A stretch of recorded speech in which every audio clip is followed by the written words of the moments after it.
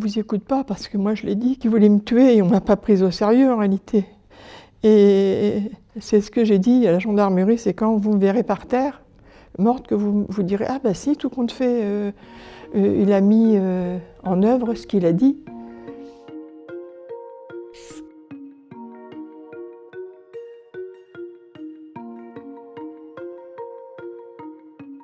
Dolores Robe, née le 15 avril 1957 à Fleury-sur-Orne, et je suis actuellement en convalescence.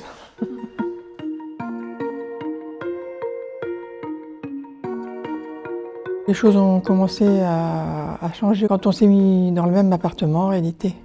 On a pris l'appartement ensemble donc, à Falaise au mois de janvier. C'est une personne déjà il fallait vraiment aller dans son sens, sinon ça l'énervait ou il se renfermait sur lui-même. C'est une personne qui avait vécu avec une autre personne avant et ça s'était pas bien passé non plus. Sauf qu'il avait oublié de me dire qu'il avait déjà fait de la prison par rapport à ça. Donc moi j'étais pas au courant de tous ces faits-là, de cette violence. Moi, de toute façon, il ne m'avait jamais touchée. Hein. C'est une chose qui pour moi, n'est pas acceptable.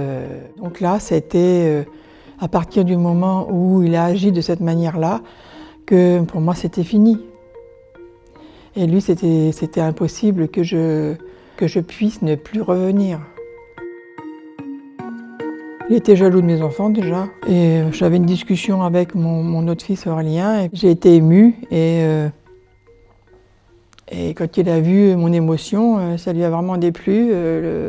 La table était mise, il est arrivé, puis il a fait tomber tout ce qu'il y avait sur la table, par terre. Donc là, j'ai pas du tout compris. J'ai dit bon, bah écoute, non, moi, ça le fait pas.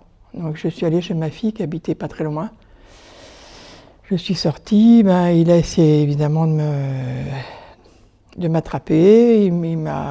Quand j'ai voulu descendre, parce qu'il me bloquait l'ascenseur, donc du coup quand j'ai voulu descendre les escaliers, il m'a attrapé par les bras, il m'a plaqué le long du mur, il m'a bousculé, j'ai failli tomber. Et puis à un moment donné, j'ai réussi quand même à lui échapper, à partir chez Morgane. Et après, j'avais pas d'affaires sur moi. Quand je suis partie, c'était le soir, j'avais un jogging, un polo, mais c'était tout. Donc, on discute avec Morgane et elle me dit on essaierait peut-être d'aller chercher les affaires quand même. On y va toutes les deux. Et quand on est arrivé à l'appartement, moi je suis rentrée en premier. Et Morgane rentre en même temps. Et là, carrément, il s'est levé, il l'a attrapée. Il a voulu la faire sortir de force. Il a dit ça, tu rentres pas, mais il voulait que moi je reste à l'intérieur. Et puis après on a réussi à remonter, on a monté dans l'ascenseur, lui il a réussi à le rappeler, à toucher le bouton, à rentrer dans l'ascenseur avec nous. Et Morgane a eu le réflexe de lui foutre un grand coup d'épaule et là il est ressorti. Et après on est descendu, on est allé chez Morgane et là on a appelé la gendarmerie parce que avec ce qui s'était passé, c'était pas chose possible. Alors il y a eu au moins 6 plaintes à son actif. 6 plaintes parce qu'il est venu dans un premier temps à abîmer ma voiture. Elle est foncée dedans avec la sienne et il y a une personne qui était dans un immeuble en face qui a appelé la gendarmerie, mais il est venu à mon appartement aussi. Alors, il y a eu une plainte pour ça, et il a essayé d'entrer. Et moi, dans mon appartement, ma porte ne fermait pas bien. Donc j'étais de l'autre côté de la porte et je tenais la clenche de manière à ce qu'il ne puisse pas la baisser. Et moi, je croyais que c'était la dernière journée de ma vie, quoi.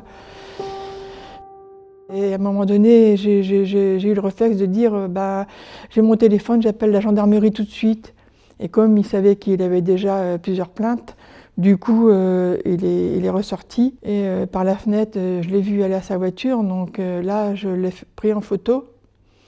Et il m'a dit, de toute façon, je dis, je te crèverai, je te crèverai. Au mois de juillet, il m'a menacé déjà de mort. Ils m'ont demandé quelle preuve j'avais. J'étais au téléphone. Qu'est-ce que je pouvais avoir comme preuve? Je n'avais pas de preuve. Donc pas de preuve, pas de... À la porte, c'est pareil. À la porte, ils m'ont demandé s'il y avait des impacts sur la porte d'entrée. Ben non. Et bon.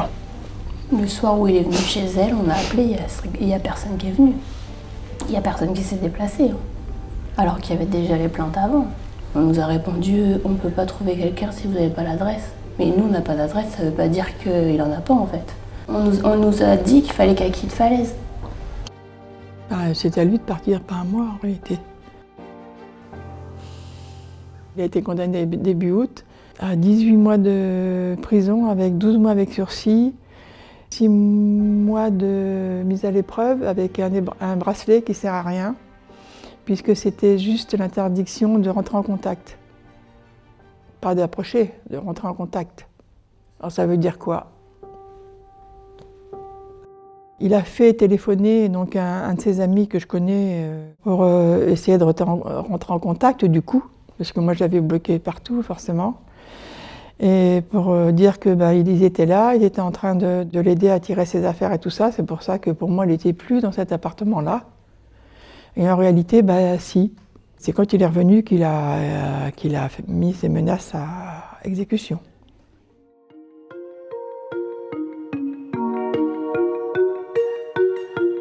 Il m'attendait juste au bout de mon immeuble, à la gare. Donc moi, je passais devant pour aller chez mon gendre et chez Morgane, tout droit. Et quand je suis arrivée à la gare, évidemment, je l'ai vu là, et là, pour moi, c'est... j'ai eu peur. Et je lui ai demandé ce qu'il faisait là. J'ai essayé de ne pas faire voir trop que j'avais peur pour pas que... Qu'il voie ma faiblesse, entre guillemets. Il y avait des gens qui étaient là, juste pas loin. Une dame, notamment, avec sa fille. Et je lui ai dit, de toute façon, barre-toi de là, parce que sinon, ça va pas le faire. J'appelle la gendarmerie, et j'avais mon téléphone dans la main. Enfin, c'était pas pour lui, mais bref, j'avais mon téléphone dans la main. Donc là, j'ai couru pour passer à travers. Mais j'ai pas vu que sa voiture était juste à côté. J'ai traversé vite. Quand il a vu que j'arrivais là, il a fait le tour de l'autre côté, mais il m'a vu quand même arriver chez Morgane. J'étais juste devant leur porte et là, il a accéléré. Parce qu'il s'est dit, elle va rentrer. Donc, j'ai pas eu le temps, j'ai fait à 2 secondes près, quoi. J'étais dans la cage d'escalier. Il a accéléré, il m'a renversé avec son pare-choc. Je suis tombée. Et j'ai essayé de me relever. Et quand il a vu que j'ai essayé de me relever, en réalité, il a reculé. Et là, il a accéléré. Et là, il est passé sur moi. Et il est redescendu. Moi, j'étais par terre et... Quand je me suis vue sur la voiture, je me suis dit, c'est fini pour moi, quoi.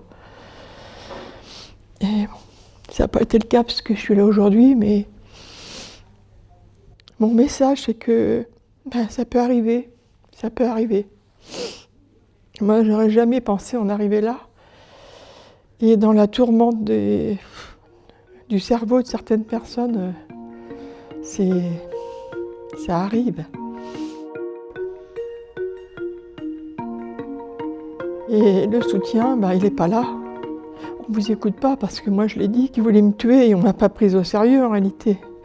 Et c'est ce que j'ai dit à la gendarmerie, c'est quand vous me verrez par terre, morte, que vous direz « Ah si, tout compte fait, il a mis en œuvre ce qu'il a dit. » Et lui, il l'a fait, c'est pour me tuer, parce que quand il est rentré chez lui, il a appelé la gendarmerie, il dit « Je l'ai tué, vous pouvez venir me chercher. » En fait, il avait ses horaires de travail. Donc il pouvait sortir, par exemple, je sais plus, il commençait genre à 9h jusqu'à 17h, donc de 9h à 17h, il était en droit de sortie. Là, par exemple, quand il l'a attaqué, en fait, il était sur son heure de sortie. Là, il est en prison, mais après, oui, je suis obligée de me dire que, le jour où il va sortir, est-ce qu'il ne va pas vouloir terminer ce qu'il a commencé? Parce que c'est pas de sa faute à lui, hein. D'après lui. C'est moi la fautif. C'est moi la méchante, c'est moi qui n'ai pas fait en conséquence de ce qu'il souhaitait. Enfin, entre les deux phases, hein, je veux dire, que ça se passe, et puis les plaintes qu'on avait portées, moi, dès que je sortais, si j'entendais quelqu'un derrière moi, je me retournais, quoi.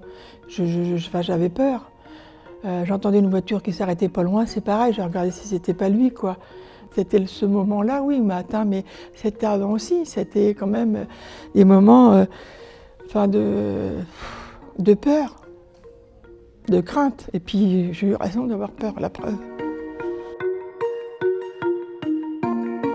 Enfin, j'ai eu de la chance par rapport à toutes ces personnes qui sont plus là aujourd'hui. C'est pour elles que je parle, qu'on écoute vraiment. Parce que de dire qu'il y a tant de femmes qui meurent tous les ans, et c'est quoi la solution? Puisque quand on les évoque, on nous dit « ben oui, mais vous n'avez pas assez de preuves. Hein. » Et donc, il se passe quoi? Ben, elles sont tuées.